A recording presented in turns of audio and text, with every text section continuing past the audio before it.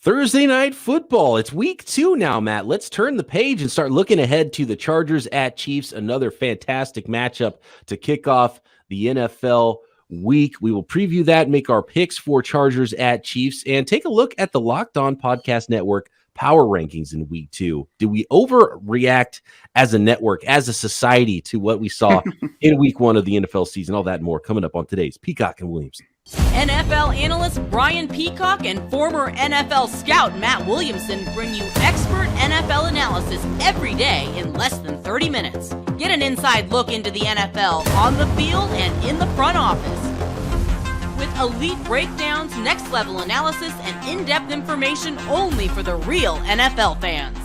This is Peacock and Williamson, and it starts now.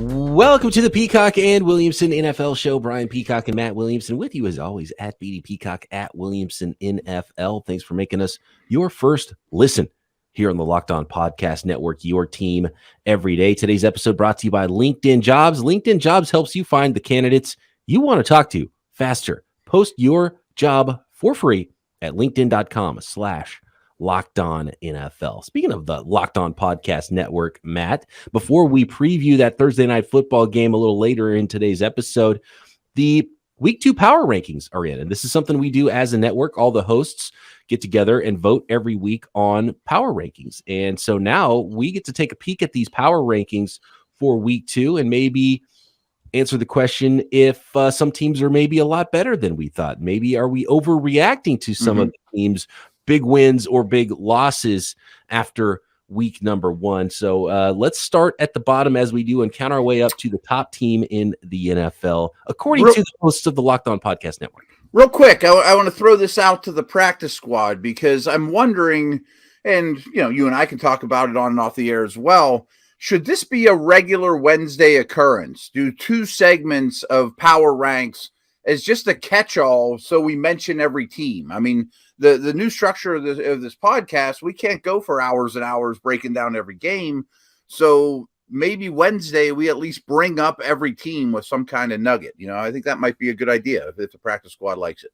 Yeah, let us know at BD Peacock at Williamson NFL in the YouTube comments, wherever streaming you are watching us. And hello to all the new viewers that see us on the new streaming platforms that we are currently on. We appreciate all the new viewers and listeners, and of course the practice squatters that have been listening to Matt Williamson for over a decade now, right, Matt? Oh yeah, well over a decade. Yeah. What year was your first podcast ever? Wow, that's putting it on the spot here. I think I might have to do a Google search for the Football Today podcast. I think it is out there, but let me look. That was when you could search for a podcast and find 2 football podcasts, and one of them was Matt Williamson. Yeah, exactly. So it's been going on as long as ESPN's fantasy one that Matthew Berry just left, and I don't have time to look it up at the moment. But I mean, it's been a long time. It's been a while. It's been a while, that's for sure. All right, let's start with these power rankings at number 32, and it is the New York Jets who lost in week 1 to the Baltimore Ravens. The Ravens climbing, the Jets. There's not much further they could have fallen, but they weren't at 32 before, and they do lose a couple spots now. The bottom team in the NFL. I was sorry. I was looking at Football Today history here, and it's deep archived in the ESPN catalog here. I can't find it, but anyway, you can't find it. Okay. Oh well, it's been a long time. New York Jets, worst team in the league. Yeah, I agree with that. I was looking at these before. The Jets would be last for me. Obviously, have concerns about the quarterback position, how this team is made up. They are on their 3rd left tackle. Not great. I think we're going to see a correlation between bad offensive line play in week 1 and some teams that are a little bit lower on the list, maybe than they should be, or maybe that's where they're going to be because their offensive line is not good. Here's one, the Atlanta Falcons, that I thought might rise a little bit because of their matchup with the New Orleans Saints. Team, like the network folks, the hosts weren't buying the Falcons and their near victory against the New Orleans Saints. They're coming in at 31, but they did climb 1 spot at least.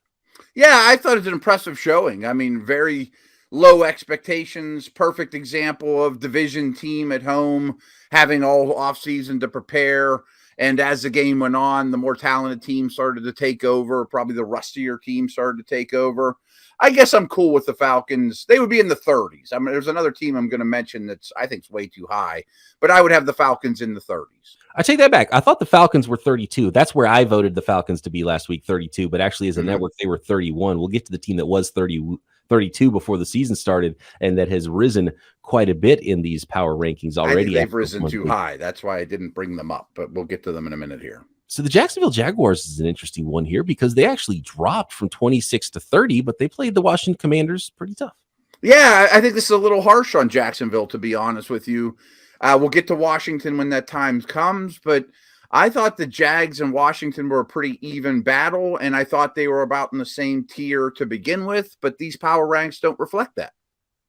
And I think part of the reason is because the Texans had a nice showing as well. And so the network folks, the network hosts and voters liked what the Texans did in week 1 more than the Jaguars. And so they leapfrogged them there with the Texans coming in at number 29. Actually, they stay at number 29. It's the Jaguars that went kind of below the Texans from week 1 to week 2. Now, I guess that's a good point. I mean, Bears, Giants, Seahawks, Texans, teams that we looked at as bottom feeders all got a win or a tie. So the bottom of this group is sort of topsy-turvy at the moment.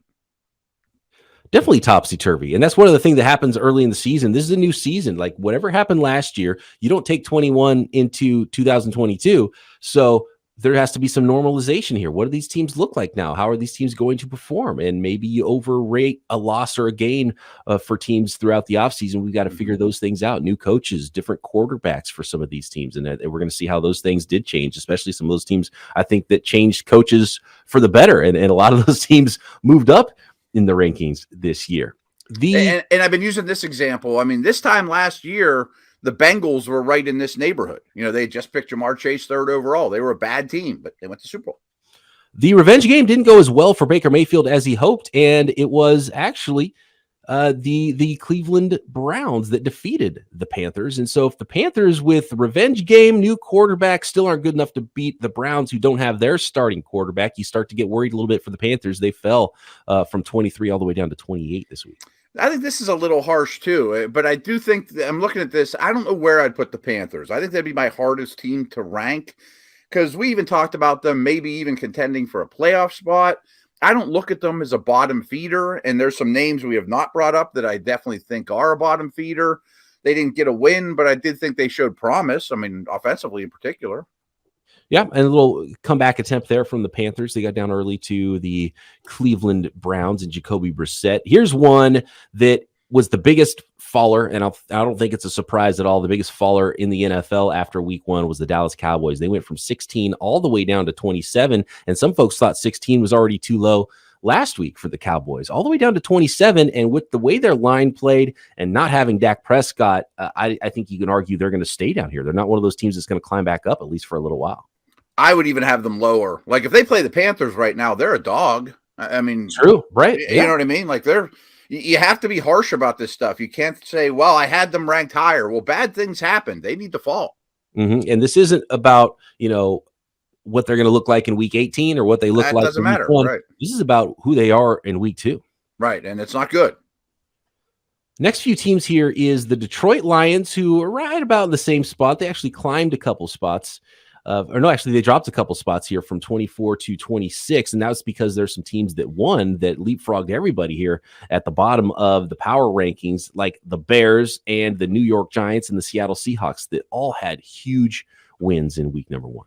Yeah, I mean, in some order, my bottom 4 would be Chicago, Dallas, Atlanta, Jets, maybe even in that order. So I think the Bears are getting too much of a bump for winning a sloppy game in a sloppy manner. Patriots, I think, belong in that 24 neighborhood. I'm impressed that the voters have them where I think they belong. And I don't think I would have the Giants at 23. I mean, I understand they did some good things, but they'd be closer to 28 for me or something like that. Yeah, the new coach boost. And I loved the way Brian Dable was, just having fun with his players. They were the second biggest riser, I think, in the entire NFL. They went from 30 to 23 here in the power rankings. You like what you see. There is some talent on both sides of the ball, so you could see how they could win more games than projected to start the season. But this does feel a little high. This does feel a little overreacty. And you mentioned the Bears and the monsoon there with the 49ers. If there's one game you throw out the results, it's probably that one, just because of the weather.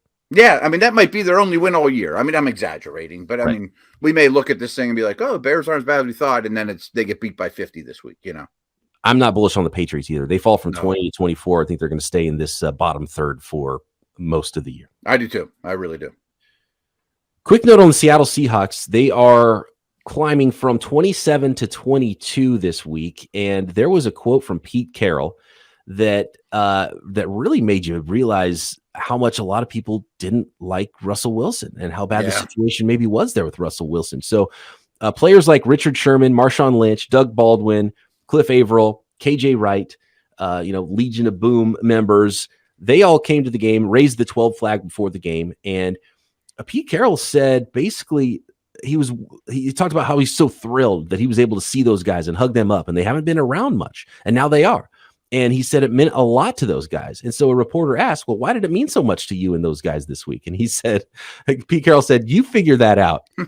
It was really meaningful that they really wanted it. And I knew we were playing for a lot more than just the regular stuff. We have a real connection with the history.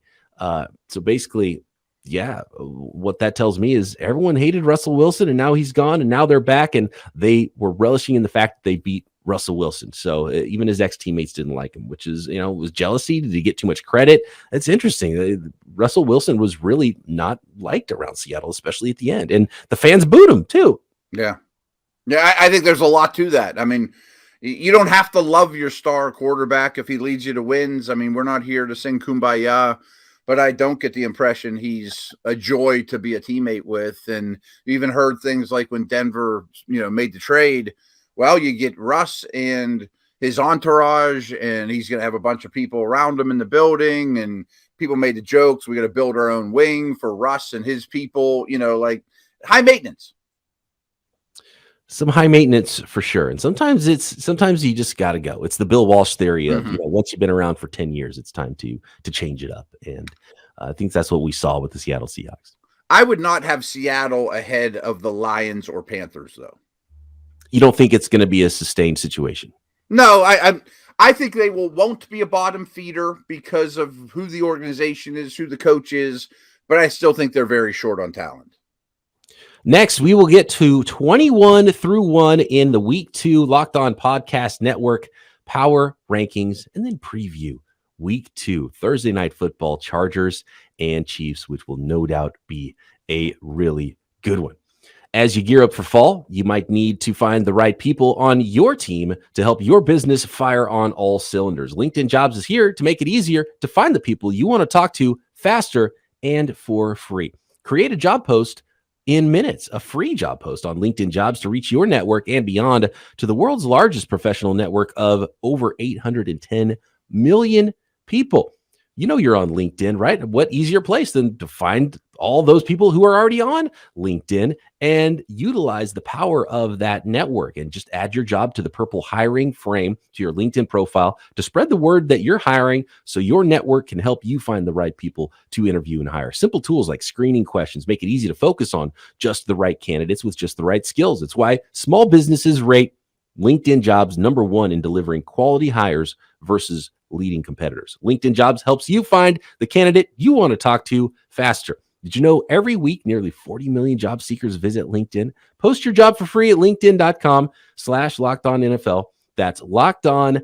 That is linkedin.com/LockedOnNFL to post your job for free. Terms and conditions apply. Thanks again, everybody, for making Peacock and Williamson your first listen here on the Locked On Podcast Network. Make sure you're checking out everything else the network has to offer and all the hosts of all your favorite teams that voted on these power rankings. Listen to those shows daily right here on the Locked On Podcast Network. Okay, getting back into the power rankings here, Matt. Team 21 is the Arizona Cardinals, who fell down to number 21 from number 15. So basically, what the hosts of the network said is that, and they were one of the biggest droppers of the entire list from 15 to 21. Basically, what people said voting wise at 15 to begin with is like, this team could be good, could be bad, middle of the road. I'm not sure. And after what they saw the Chiefs did to them, they thought, well, maybe this team's just bad and doesn't belong in the conversation for a playoff team because they got, beat up by what everyone knows is a playoff team. But is that an overreaction? I'm proud of myself for being down on these guys to start the season, but I'm even more down on them now. I mean, I think there's a chance that this is I was going to say worst, but I'll say bottom 5 defense in the league. They're already fighting a lot of injuries. I don't like how they're constructed. There's a couple of these playoff teams from last year, New England, Arizona, Tennessee, that I could see picking 8, 9, 10 in the draft, in that neighborhood. Washington Commanders getting a bump, a 5-spot bump from 25 to 20 after defeating the Jacksonville Jaguars. This is one of those teams where, okay, the Jaguars, if you think they're a bottom 3rd team in the NFL, they're a team you should beat, and you beat them. So it doesn't really change much for me, but maybe this is as much about teams falling below the Commanders than them actually, looking like a better football team going into week 2. Yeah, this seems a little high on the surface. If you ask me, the Commanders the 20th best team in the league, I'd say no. They're probably 25th. But I think that's pretty decent for where I look at the teams behind them. I just wouldn't have the gap from Washington and Jacksonville 10 spots different. I think they're closer than that. Right. Yeah, I can see that. And I think they proved it with how that game played out in week 1. And I think that there's a lot of that. If you put the Commanders, and to be honest with you, I'd have the Cardinals ahead of the Commanders. I'd probably have a little bit of a tier actually from 20 to 21 and have the Cardinals up there with the rest of the teams that we're about to talk about. But if you put the Commanders and Seattle and the Patriots and the Lions and the Panthers and the Jaguars in a tournament, it'd be pretty darn close. So you're kind of picking nits here with some of those teams, I think. Yeah. Like I might have the Commanders 21 and the Jags 25. Here you go, Matt. I don't want you to hurt yourself or, share your labrum, but you got crushed for how we were rating the Tennessee Titans before week 1. And now they've actually even dropped from 17 to 19 in these power rankings after a big week 1 loss. What are your thoughts on the Titans and where they should be? I guess this is about right. So a lot of the teams we mentioned aren't exactly stellar, but I would probably put them in that same tier we just talked about. I don't think they're much different than the Panthers. I mean, Panthers are 28, Titans are at 19. If they play 119 games on a neutral field, I think it's pretty even. Cleveland Browns with Jacoby Brissett, proving a lot of people wrong, and they are climbing in these power rankings from 22 to 18. Maybe the Browns are going to be okay until Deshaun Watson comes back. They might be. I didn't see that coming. They played much better. You knew the style of play they had to employ to win, but I thought they would lose that game. So I'm tentatively optimistic that this time without Watson will be better than expected. They've got some talent on defense, clearly. They've got a pretty good offensive line, clearly. They've got a 2-headed monster at running back, both run and receiving. So as long as you don't have to put the game on your quarterback's back to go win for you, I think they'll be all right. Now, I don't know if that means they're going to be, undefeated by the time week 11 rolls around or week 12 when Deshaun Watson comes back, but they can be a team that is in position to where if they finish well with Deshaun Watson, that they can be fighting for one of those playoff spots. I would give Stefanski a lot of credit. I still have my doubts. Your Pittsburgh Steelers, Matt, climbing from 21 to 17 with a big week 1 win. Now they're going to be without TJ Watt for at least a little while, although better news than season ending on his pec injury, it looks like. Where do you see these Steelers, and do you think they belong in the caliber of teams that are going to be fighting for the playoffs this year? I think it's exactly where they belong. None of the teams behind them would I have over Pittsburgh. And the Raiders are maybe one team we haven't mentioned that I might put behind the Steelers. But so I'm picking nits there. They beat the Bengals, but it was sort of an unsustainable model. You're not going to win the turnover margin by +5. You're not going to win the sack margin by +6 every week. So they still have a lot to work on. Yeah, you're not going to pick off Joe Burrow 5 times or Right, 4 times every week, and Burrow's probably not going to throw 4 interceptions every week. We'll get to the Bengals in a bit, who did slide somewhat in these power rankings. Indianapolis Colts, I mean, this is the worst division in football, clearly, but we knew that coming into the season, and now I feel even worse about the AFC South than I did before week 1. This is the highest of those teams, the Indianapolis Colts, and they're coming in at number 16. Yeah, and maybe the Raiders aside, I think this is truly the true top half of the league. These are the playoff contenders to me, and the Colts will be at the bottom of that pile. Overreaction here to the San Francisco 49ers, Matt. I think it is falling from 8 to 15 because of the monsoon, but you've got to be able to go out and beat the team no matter what the conditions are that was ranked 32 in the power rankings coming into the year. So they should fall in the power rankings just because there's questions about quarterback and they didn't play well, but being the second biggest faller to the Dallas Cowboys from 8 all the way down to 15 might be a little much. Yeah, I'd probably have them 12. And my concerns aren't necessarily they lost a game that they, were favored in and all that. I'm just having more Lance concerns than I did a month ago in terms of accuracy, quarterback stuff. It's going to be a process. And watching that game, there was like some great things from both Lance and Fields, but then it's clear that they have so much work. But then the weather plays into it, and how sharp can you really look in that weather? So I think you have to press pause on those guys. Know they have work to do. Be a little bit patient, and we'll see what those quarterbacks end up looking like. But they didn't answer any questions either about their readiness to be. I'm arrived, and I'm a starting NFL quarterback that's going to lead my team to a bunch of wins. Las Vegas Raiders, they fall a little bit after their week 1 loss from 14 to 12. So they stay in the same range, not a huge drop, but I came out maybe even more worried about the Raiders than I was, and I wasn't really high on them coming into the year. And Derek Carr's performance, I mean, peppering his new wide receiver, Devontae Adams, with targets, but he didn't really look sharp. No, and he has to be sharp. Like they have such a tough schedule and a tough route to the playoffs this year. I mentioned them earlier. I would probably have them behind the Steelers at 17. I think this is about 4 or 5 spots too high for the Raiders.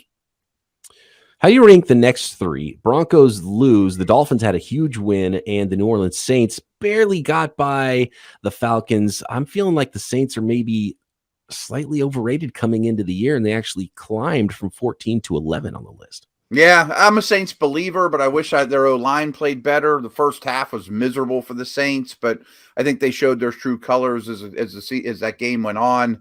I would rank them Saints, Dolphins, Broncos in that order, those 3.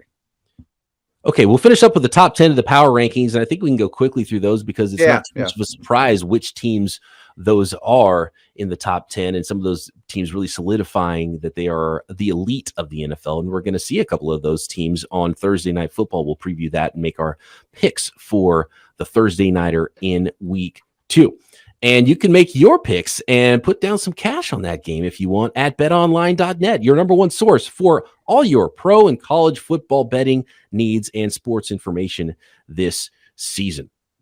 Chiefs at home, favored by 4 points. You can find that line. You can find all the lines for week 2. You can find lines all the way through week 16, different props, see how the Super Bowl odds have changed for some of these teams that moved up and down the power rankings after week number 1. Find all the latest football league developments, yes, but you can also find all the latest MLB odds, MMA, boxing, golf, live betting, esports, scores, and more. It's not just about wagering at BetOnline. Get the information and news you need to make the best bets you can and win yourself a little bit of cash. So get over to the website today, betonline.net. Use your mobile device to learn more about the trends and action at BetOnline, where the game starts. Top 10, Matt, here. Let's go through 10 through 6. That is the Green Bay Packers. Number 9 is the Minnesota Vikings, who jumped a lot, 10 points from 19 to 9 after really thoroughly beating up those Green Bay Packers. Those are sort of the big climbers and droppers here. You've got the Bengals who dropped. Let me stop you real quick, if you don't mind. This is the thing that bugs me about power ranks is I don't know if I would have the Packers over the Vikings if I were to do them right now, but we all did a couple days ago. Mm-hmm. And I don't think that there's a rule that you have to put the Vikings over the Packers just because they whipped them a couple days ago. Anytime you have the Packers over Vikings and you do a power ranks like this or any team that just played, you get 9,000 comments. Didn't you watch a game this weekend? I did, but that doesn't mean that they would do that every time they rolled the ball out. Right. So you think if they played 100 times, the Vikings would win 100 of those games? right. And by 40 points, right. They ran it back, it'd look a little bit different.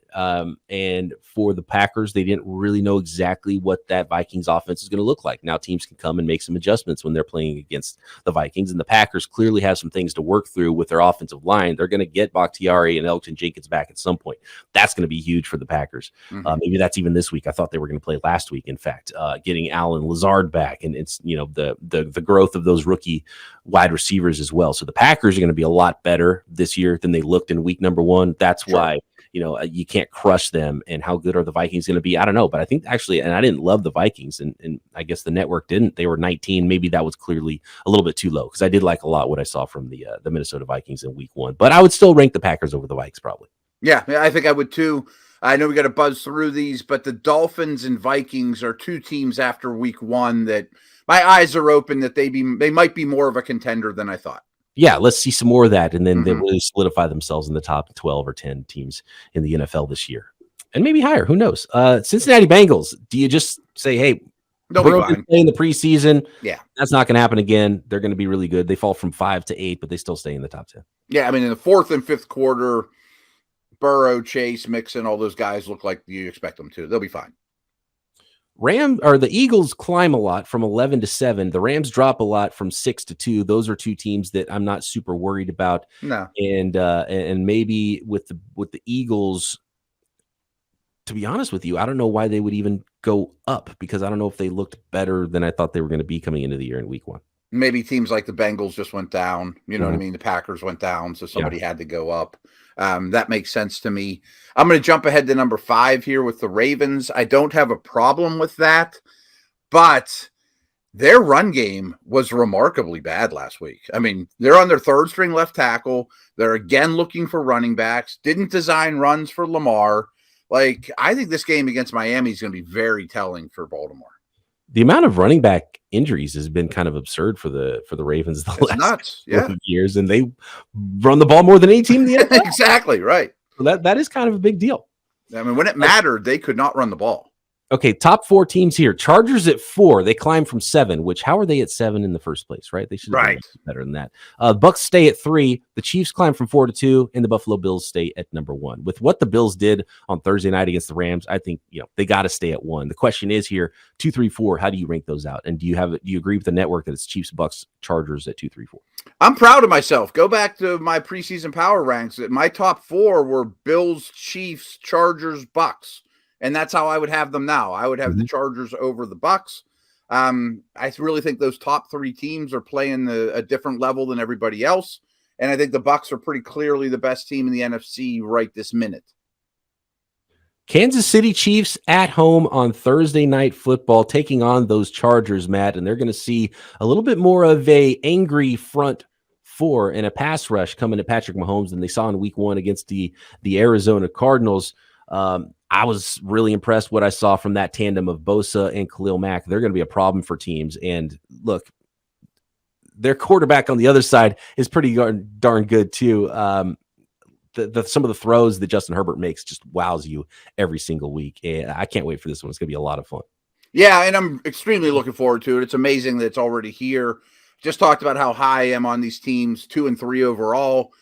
I think it's a rough spot for the Chargers, though. I mean, Andy Reid versus second-year quarterback in terms of quick turnaround this early in the season when you're trying to figure out what you are as a football team in Kansas City where the crowd's going to be insane.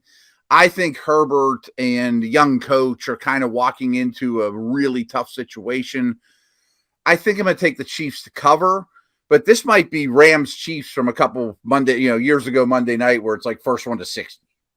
I wanted it to be 3 points or less to take that home team. I'm going to go the other way and take the points because I really love what I'm seeing from the Chargers. And this has the makings of a shootout that could be a lot of fun. There's a lot of talent on both sides of the ball. When you look at the Chiefs, though, too, and they were 4 in the power rankings coming in, so nobody was really worried. But I think it was like one of those things like, let's see. And then you saw it, and you're like, okay, not worried about the Chiefs. They're good. They destroyed Arizona. And the Chargers, it's like they made so many moves in the offseason. How's that going to come together? And that came together great. You're like, cool, they're going to be good. So yeah. This is going to be a lot of fun. I learned from week one, just take the points. I took too many favorites. So I'm taking the points here with the Chargers. I think this could be close, and this should be a shootout, and maybe take the over as the easiest bet on this one. If they're not already, it won't be long until people are talking about Herbert in the Allen Mahomes level. What did you not like about those power rankings? Let us know. Matt and I will be back tomorrow. We will do our 6-pack of favorite games for week number 2. We're into week 2 of the season. Going to be a lot of fun. Preview and picks coming up on Peacock and Williamson.